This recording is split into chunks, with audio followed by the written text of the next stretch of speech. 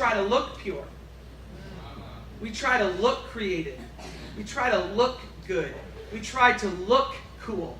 And all the while we know that deep down inside we're about ready to collapse.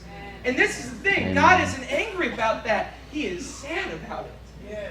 He wants his children back. He wants his sons and his daughters back. He wants you to just get rid of all that stuff that people say that you need. All of the little in-between priests.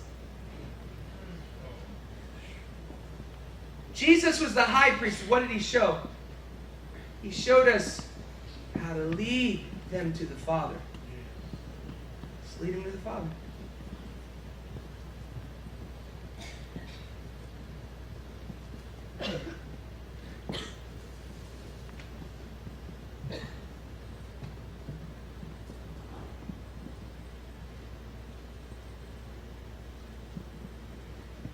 In the 17th century, Christians, Brueggemann says that Christians got afraid of science, and so they started focusing on absolutes instead of on relationship.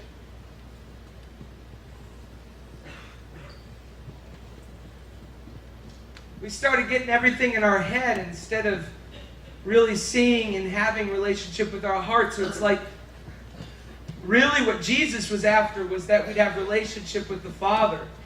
And the Spirit of the Lord would lead our lives. And then we'd have relationship with each other, right?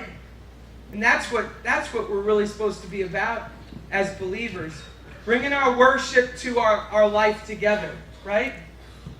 Bringing our relationship with the Father to our life with each other, right? That's what we're about. But we've become a people of ideas. And you know what a people of ideas become? They become a divided people. So we have this group of people with their ideas, and this group of people with their ideas, and this group of people with their ideas, and this group of people with their ideas, and then we've, and especially in capitalistic societies, we've cut it off into little clientele-based groups. And this is this group with their ideas, and this group with their ideas, and this group with their ideas, and this group with their ideas. 200 years ago, Kierkegaard, trying to reform the church, said, we shouldn't have any of that. If you have an idea in your mind about God, you've made an end of Jesus. We end at you and your idea. Christianity has become about man's ideas and doctrines and thoughts about God. It becomes this thought in our mind, right? Instead of, we don't worship our thought. We don't follow a thought about God. We follow God. Right? So the really awesome teachers in our day right now, what they're doing is they're coming alongside, and instead, come up here.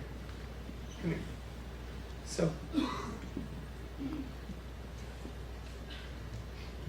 So instead of, I'm not a teacher, I'm just broke. Okay? And there are great teachers in the body of Christ that we need to be under and learn from. And there are a lot of people in the body of Christ that call themselves teachers that are nothing but charismatic people, in the sense that they've got a skill to talk. But they don't really know that much. But they're good people. They're not really teachers. I think that's a good clarification in our day. We need to start learning who real teachers are in the body. They don't tend to divide. This is what they do. They don't deductively teach us information. Here's God, here's the Son. And here's the teacher, the priest, in between. What would you like to tell God? I'll tell him for you. He loves you. What do you think about? Well, he thinks you're a pretty good guy. You know, what happens is I get in between him. See, this is what real Jesus style is. God's right here, and you come to me and you say, I have a question about Jesus. So say that to me. Yeah, maybe say, I'm really frustrated with something. Yeah, okay. So, and so I don't say, well, I need to control you because you're part of my clientele group and you tithe to me and you know, no. I need to control your thinking. You have a question about God. Whoa! Oh my goodness! No. This is what we do. I don't try to convince him. You don't have any questions about God. He's the best. No, what we do is we just say, well, why don't you ask him? And then I'll just sit here with you and just keep helping you to ask him. Ask him. Until you start learning how to always ask him. And then eventually, you won't even need me beside you. Then eventually, you'll get beside somebody else. And I'll come to you and I'll say, man, I got some real struggles, man. This is not good. I was in the stock market and it blew up. Or whatever. I don't know what it is. You're just a worshiper. You don't know nothing about the stock market. So what do you say? You don't say, well, let me tell you a few things I read in the newspaper the other day. No, you say what you should say. You say, why don't you ask? Come on, push me over a little.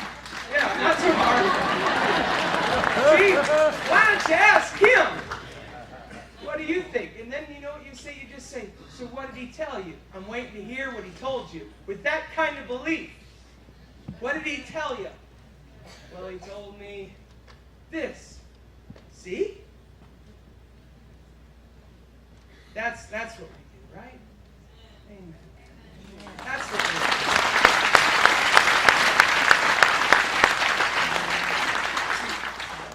From the Reformation on, we started ignoring our imagination. The Enlightenment tried to steal away our imagination. We weren't supposed to be people of the Enlightenment in that sense. It wasn't enlightening at all. You know what the Enlightenment did for us? It made us all start to get real logical. So you go into this group and you go into this group, even in the church. You need to come to the Lord through my theology. You need to see God through my worldview, through my scope. You need to see Jesus this way. This is what happens eventually in all of our lives. 70% of what I learned in seminary, I don't even believe anymore.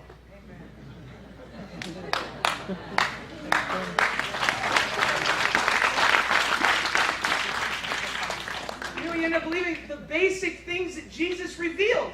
There's all sorts of mysteries in the Bible that all sorts of people are trying to talk about and get us all excited about.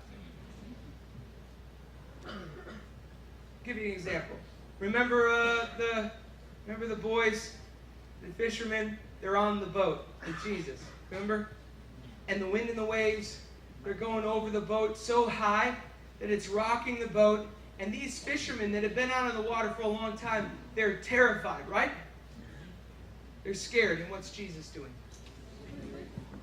Sleeping. And they get so upset at Jesus. You better wake up! I think actually Jesus might have been faking. I mean, just using my imagination, but it's like, how could he be sleeping? I mean, it's a little fisher boat. It's not some big, huge yacht. He's sleeping and water's going over the boat. I'm just kind of joking, but seriously, he could have been faking. But it just kind of like, looking out of his eye like you do with your kids. You know what I mean? But whether he was or not, it doesn't really matter. They come over, he wakes up, he calms the wind and the waves, and then they're more terrified that after he calmed the wind and the waves. And then he says, how long do I have to be with you? This stuff puts me to sleep. You guys are all scared about this stuff. You're scared about the wind and the waves. I'm not scared about the wind and the waves. It'll take you to another place. How about Gethsemane?